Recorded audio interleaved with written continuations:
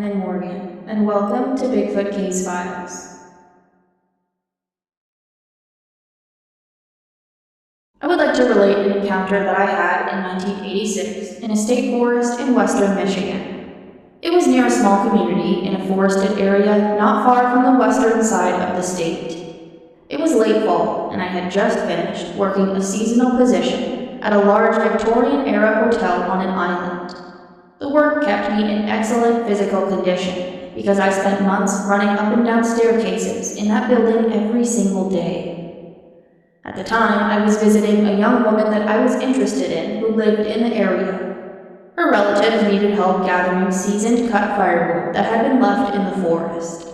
I was told to stay in a designated spot while the others went to get a tractor and trailer so we could load the wood once they returned. It was a mild autumn afternoon, and I was enjoying the warmth of the sun when I suddenly heard a very loud tree knock close to where I was standing. It was sharp and solid, not something caused by wind or a falling branch. I picked up a nearby branch that was about the size of a baseball bat, and I swung it hard against a tree in front of me, putting my full effort into it. The impact made a loud clunk, and the end of the branch snapped off about 4 inches from the tip. The vibration also rattled my hands pretty badly. Right after that, without really thinking it through, I saw a large tree nearby that had been hollowed out, likely by fire or lightning. I was 6 feet tall, and I weighed 170 pounds at the time, and I was able to slip inside the hollow and then lean back against the interior. The sun was still shining on my face, and it felt warm and comfortable as the light started to drop lower in the sky. And to this day, I cannot explain why I chose to do that. A few minutes passed while I stood there relaxed when I suddenly smelled something absolutely horrible. It was an overwhelming combination of skunk and urine, extremely strong and sharp enough to make my eyes water. Almost at the same time, I heard rustling outside the tree, and I went completely still. I froze in place, and I knew what it was without seeing anything. I could hear brush being pushed up against the tree from outside. I jumped out of the hollow, expecting to see one of the relatives trying to scare me or get a laugh, but that wasn't the case. I was alone. I again heard rustling in the nearby brush, and the temperature suddenly felt colder. It was nearly dark by then, with maybe 5 minutes of usable light left. As I slowly moved through the saplings, I met up with one of the relatives who had returned, and we walked back towards the truck together. I asked him if he had ever heard tree knocks in the area, and he said they were frequent in that part of the forest. By then, it was almost fully dark, and I could tell that he was nervous and on edge. He then asked me if I saw the figures over near the small clearing, and he pointed to an area ringed with thick maple saplings, with taller pine trees behind them and darkness settling in. I could make out the outlines of what looked like hooded figures walking away, silhouetted against the faint remaining light on the horizon. They moved steadily into the thickest part of the forest, where it was already difficult to see anything but the sun nearly gone. We drove the truck back to the large farmhouse, and then met up with the rest of the family while unloading the firewood that we had collected. I was introduced to the older couple that we had gathered the wood for. They were friendly and welcoming, and I asked about the tree knocks that I had heard and whether they had experienced anything like that themselves. When I mentioned it, the woman's eyes widened noticeably, and she looked towards the other younger people nearby. One of them explained that not many people like to talk about those things because it usually led to ridicule. The woman smiled at me as I explained what had happened, including the tree knock, the hollowed-out tree that I stood inside, and the overpowering stench. The man said that I had definitely got something to come in close and take a look, and at that moment, I knew that I would always be alert for anything like that whenever I was in the forest again. I believe that the area I was in, along with the surrounding forest, stretching through western Michigan and up towards the Upper Peninsula, is part of a large, lightly populated corridor. It was even less developed back in 1986. I believe that it's a route used for movement through the region. And based on that experience, I am convinced that Sasquatch exists. For context, I do a lot of odd jobs. About a year ago, an elderly couple hired me to clear trails through certain parts of their 45-plus acres of land in Texas. The property was extremely overgrown. Trees were crowded together, thick brush was tangled everywhere, and most of the land was difficult and unpleasant to walk through. I had a lot of work ahead of me, so I wasted no time getting started on the first day. While heading back to my truck to grab some equipment, I overheard the wife say to her husband that she hoped I would not come across one of those big, hairy guys. I thought that was a strange thing to say. I spent a while wondering what she meant, and I assumed she was talking about some kind of large animal. At the time, I didn't realize how accurate that description really was. The first few days went as expected. I cut down trees, weed whacked, and I laid gravel. Everything felt normal until the fourth day. That morning, I felt extremely on edge, like I was being watched. As the day went on, that feeling intensified. I had a heavy knot in my chest that told me that something was wrong. All I could think about was how badly I wanted to get out of there. I tried to reason with myself, and I blamed it on a bad night's sleep. I convinced myself I was being paranoid and that the next day would be better, so I pushed through and I worked until sundown. The following day was the same, but much worse. That nervousness grew stronger, and throughout the day I kept seeing tall figures out of the corners of my eyes. I also experienced buzzing and vibrating noises right in my ears, along with low murmuring voices that I just couldn't understand.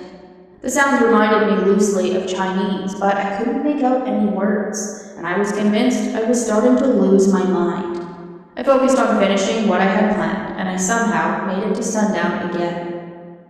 As I was wrapping up for the day and feeding trees into a wood chipper that I had brought with me, I saw a tall silhouette moving through the woods to the west. It was walking upright on 2 feet, and it was taller than some of the nearby trees.